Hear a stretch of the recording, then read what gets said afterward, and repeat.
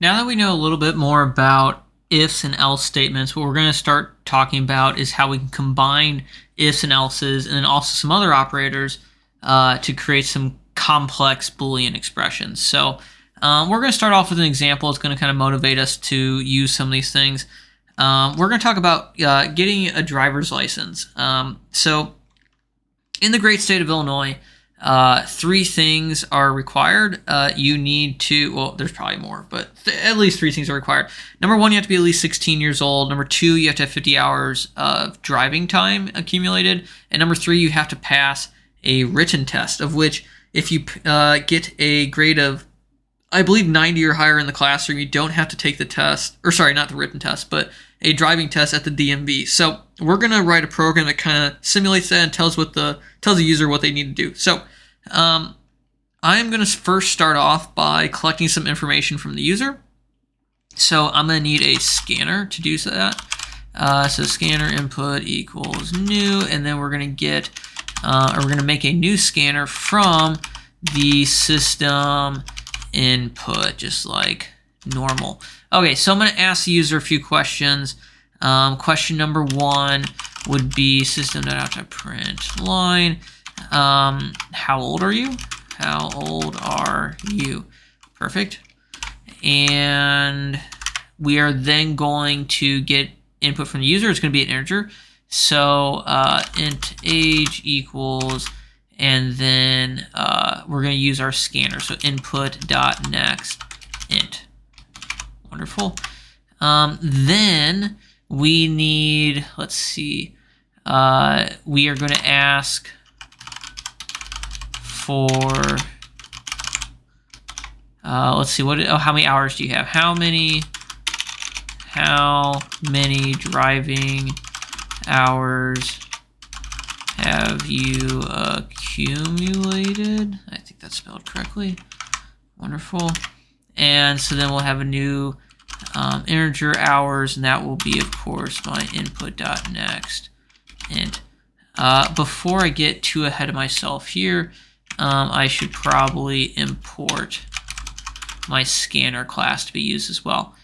So this is java.util.scanner.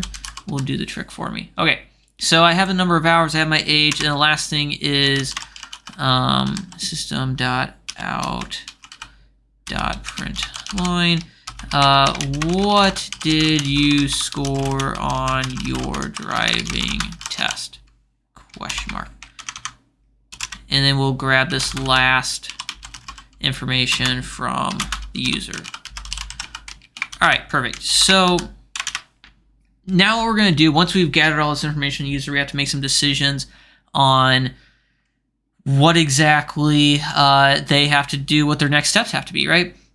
So thing number one that we should test would be if they're old enough, because I mean that's our hard cutoff. If you're not old enough, then we're not even moving forward. So if age is greater than or equal to 16, then we can proceed as planned. If not, we can handle this case right now. If we're not old enough, then I mean there's no use moving on. System.out.println wait until you are older is what we will tell the user. Perfect. Okay, so if we're greater than or equal to 16, that's not enough to get our driver's license. We still have to test our other criteria. So what we're going to do is we're actually going to add another if statement inside of my if statement here. This is what's called a nested if statement. And so what we can do is we can first test to see if age is greater than or equal to 16. And then if that is true, then we can move on to our next test. The next piece of information that we're going to test is if, what was it? How many hours do we have? If hours are greater than or equal to, so we need 50 hours. So if I have 50 or more hours, then I am good to go. Good to go. Perfect. So if I have 50 hours or more, then I'll figure that out in a second, but then I should have another else here. If I haven't made it to my 50 hours yet, then I'm also going to tell the user, hey, you actually don't have enough. So wait until you get more hours, period. Okay, so just to clarify again what's happening here is I'm first testing to see if my age is greater than or equal to 16. If it is, I can move on to the next step. If hours is greater than or equal to 50, then great, I can move on to the next step. If I fail either of these things, if age is less than 16, then I jump immediately to this else. And then if hours is less than 50, but I am older than 16, then I will jump directly to this and wait until you get more hours. So the last thing I have to test then is if my score, so whether or not I have the waiver to get out of my driving assessment. So that's the last thing I'm going to test. I don't have to pass this driving test ahead of time, though, to be able to get my license. So either way, I can get my license. It just kind of depends on what I'm going to have to do to get it. So if, let's see, my score is, I believe the cutoff is 90. So if I get a 90 or above, I do not have to take my test. So if my score is greater than or equal to 90, then I will say, congrats. You don't have to take your driving test, period. Else,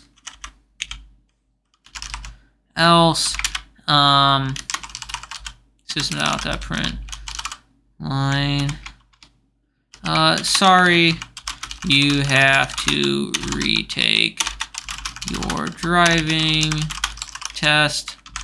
Perfect. And then regardless of whether or not my score is greater than 90, either way, I am eligible to get my driver's license. I just have to take the test. So I'm going to system.out.print line. Congrats, you are eligible to get your license, period. Actually, that deserves an exclamation point. Okay, great. So, one more time through this logic before we move on. So what it says here is that the very first thing I'm going to test, and pro tip, by the way, if I put my cursor next to these brackets, it tells me where it ends. So I can tell that if age is greater than or equal to 16, I'm going to jump inside of this if, inside this nested if statement. If not, you can see where this bracket ends. It's all the way down here. I will jump to this else. Then, after I test to see if I'm greater than or equal to 16, if that's true, I will test my hours. And if I do have greater than or equal to 50, I will jump inside of this if. If not, you can see where it ends right down here, so I will jump to this else. And then last but not least, I'm going to test to see if my score on my driving test was greater than or equal to 90. If it was, then I don't have to retake it. If it was not, then I do have to retake my driving test. Either way, though, I will print out you are eligible to get your license. Okay, great. So this is what's called nesting if statements. And so what they can do is they're essentially testing three things for me in this case. They're testing I have to be greater than or equal to 16, I have to be greater than or equal to 50 hours, and then I get some different output depending on whether or not I scored above 90. So I can test multiple things at the same time. I've got three different variables that something needs to be true for each of them to decide what is, or not, I guess it doesn't have to be true, but depending on what their values are for these three different variables, it'll decide on what my output is. So this is one way of handling my situation. I can write pretty much any logic I could ever want to. I shouldn't say that, but like pretty much any logic I could ever want to by nesting these. It could just get confusing. This is a lot of ifs and else kind of all stacked on top of each other, and so it's not really ideal. Where do I end at even? Yeah, I end here. Okay, so let's talk about version number 2 then. And so what I can use are what are called compound Boolean operators. So what compound Boolean operators are is, well, quick aside, just to be clear about what operators are, if I have 5 plus 3, this is something you've seen in math class before, 5 plus 3 plus the plus sign is an operator. Actually, I shouldn't even really call it a sign. That's probably, that's poor mathematics. The plus is an operator. It takes in two values, one on either side of it, and then adds them together. The order does not matter. However, I could also have 5 minus 3, which is another operator, a subtraction operator, that takes in 2 values on either side and subtracts one for the other, where the order very much does matter there.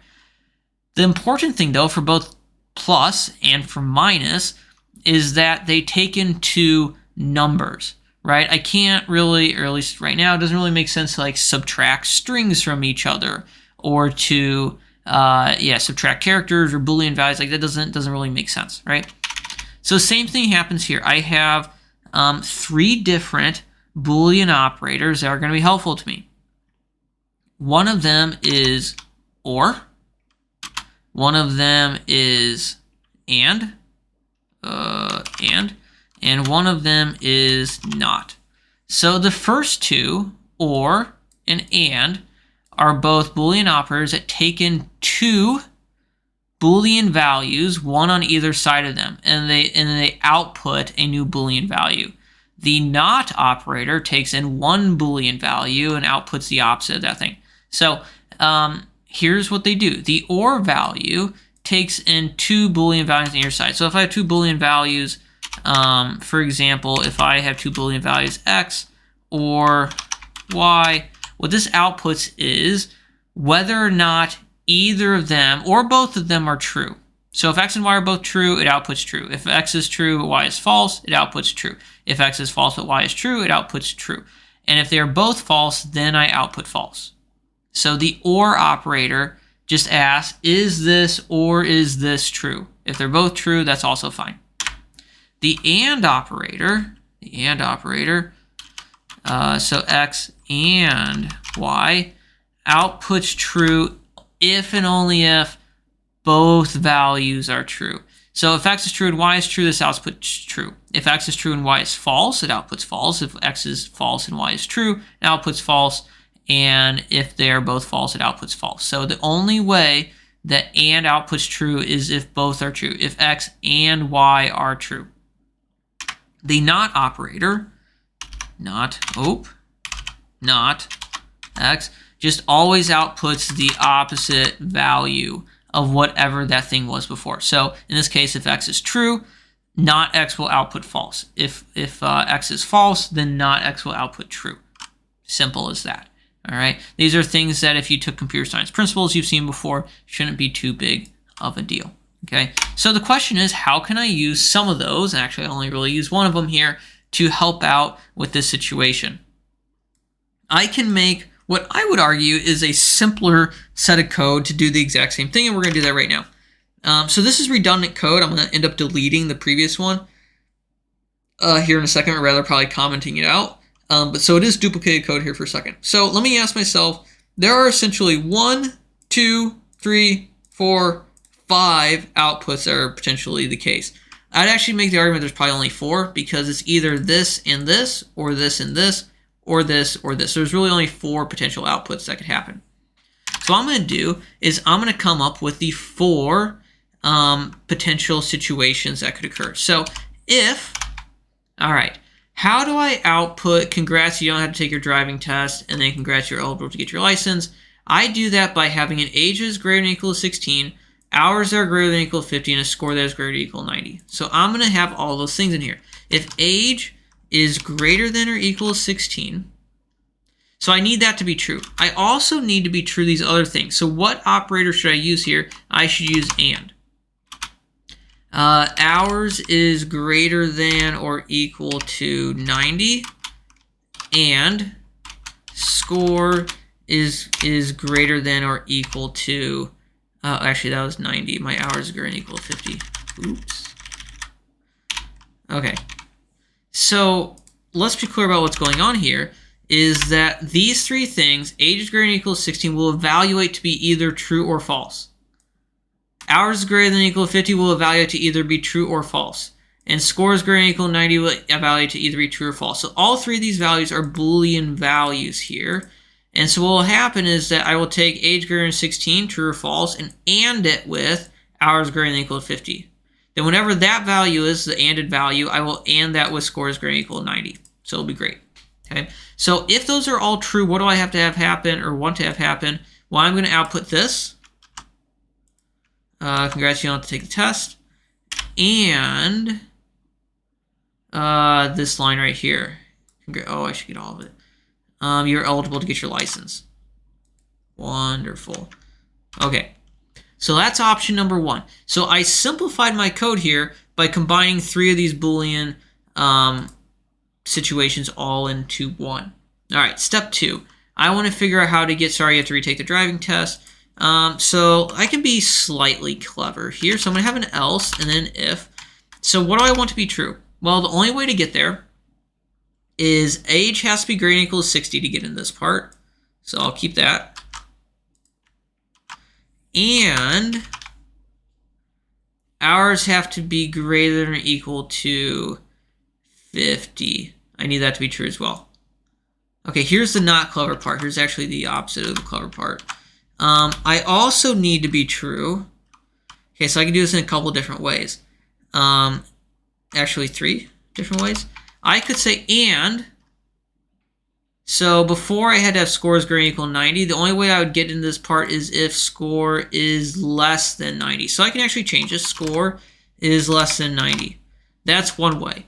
Let me finish this out here real quick. So what do I want? I want, sorry, you have to retake your driving test. Control C, Control V. And then I will also want you're eligible to get your license. Congrats. Okay. So that's one way I could have gotten here. I could have also done this. I want the opposite of this value. So I could use my, so if I change the score is greater than or equal to 90, I could say I want the opposite of that. So opposite of scores greater than or equal to 90. Perfect. This is also acceptable. Wait a second, I feel like I'm missing a parenthesis. There it is. Okay, this is also acceptable. I can show you one more potential situation that would also be fine, and that would just be this. All right, this is the clever part. So if I have already not agreed to this, if this was not the case, then that means that one of these is false. If it's one of the first 2, I'm not going to come down into this one anyway. If it's the third one, then that means that these 2 are both true, and so I'll enter into this portion. So I actually don't need to test the third thing. This will get me to my second part. Perfect. That's what I want. All right. If you don't believe me, go and test it, and maybe it'll make a little bit more sense. All right. Else if. All right. So how do I get to my next one? So if I want to get to here, so this else comes from my hours not being greater than or equal to 50. So that means that, okay, so the only way to get here is if I don't have enough hours, but age does have to be greater than or equal to 16. So I still need age to be greater than or equal to 16. But if age is greater than or equal to 60 and my hours are greater than 50, I would have gone into one of these 2 already. So I actually don't have to test it again, right? I could test to see if hours is less than 50, but that would be redundant. I'm already getting this point as it is. So I'm going to copy this part. Perfect. And then my last part is, of course, just an else. There we go. So I use my compound Boolean operators here, or compound Boolean expressions, I should say, to, oh, no, Control Z, stop it, thank you. Nope, Control Z again. What am I doing wrong? I thought there was a way, oh, actually, I know what I'm doing wrong. Nailed it. All right, I was gonna say, I knew there was a way to comment it out. I was pressing Shift, I should have been pressing Control. Oh, well. So this does the exact same thing as the previous code. I'm just using my Boolean operators each time. Okay. Yep, this is good. Okay, there's one additional thing that I want to talk about really quick then. I know I didn't use any ORs, but, you know, you'll use ORs when the logic is necessary. We're actually going to spend a whole bunch of time simplifying logical statements here in a bit, so I wouldn't worry about it quite yet. Okay, so there is one important thing. Do I just want to get rid of all this? I'll just comment it out. All right, now that I know how to do it. I'm going to totally change the problem that I'm working with. So let me make up an example here. Let's say I want to figure out. I don't know. I bake some cookies. All right, I bake some cookies, and I want to give them to my class.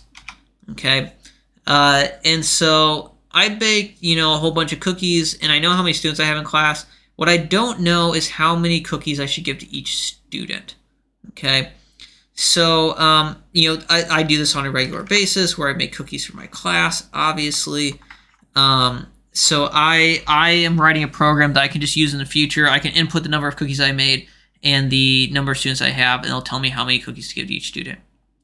That's a really odd example, and I don't know where it came from, but it's what we're going to use. So in the future, when I want to run this program and test it, I'm going to want to take some input for myself. So I'm going to have a scanner, and I'll call it input again. Oh, geez, that was all garbage. Input equals new and then scanner and then system.in. Okay, oh geez, I'm really struggling here. I think I've made one too many videos tonight. Okay, I have my input, and then I am going to ask myself, my future self, system.out.println, how many cookies did you make? Question mark. Okay, and then I will grab some integer number of cookies from myself. So integer cookies equals input.next int. Marvelous. I'm actually just realizing now that I haven't actually run any of my code yet, but that's fine. Then I'm going to ask myself system.out.println how many students do you have? How many students do you have? Perfect. Question mark. Now, what you'll notice here is I'm doing all this with integers because I'm not going to break up the cookies to give my students like 2 1/3 cookies. What I'm going to do is I'm just going to divide it by whatever that integer value is, and they're going to get a whole number of cookies, and I'll have some leftover cookies, which is nice. I can always use more cookies. So, next int. Okay, so here's what I want to do.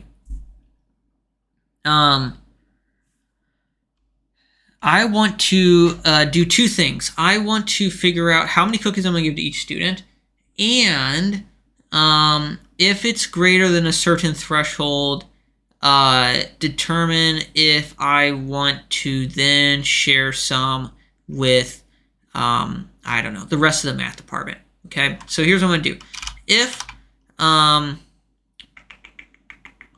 If the number of cookies that I have per student, so I'm just going to make the calculation right now. If cookies divided by students is greater than or equal to, how many cookies does one student need? 5. That's probably too many cookies. I'm going to want to share those. All right. So I am going to go ahead and system.out.println. You have made enough cookies to share with the rest of the math department. Cool. Good day. All right.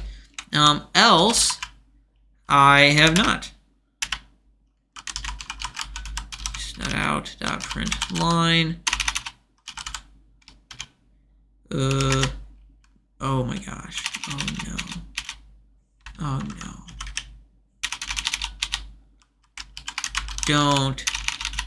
Don't share your cookies.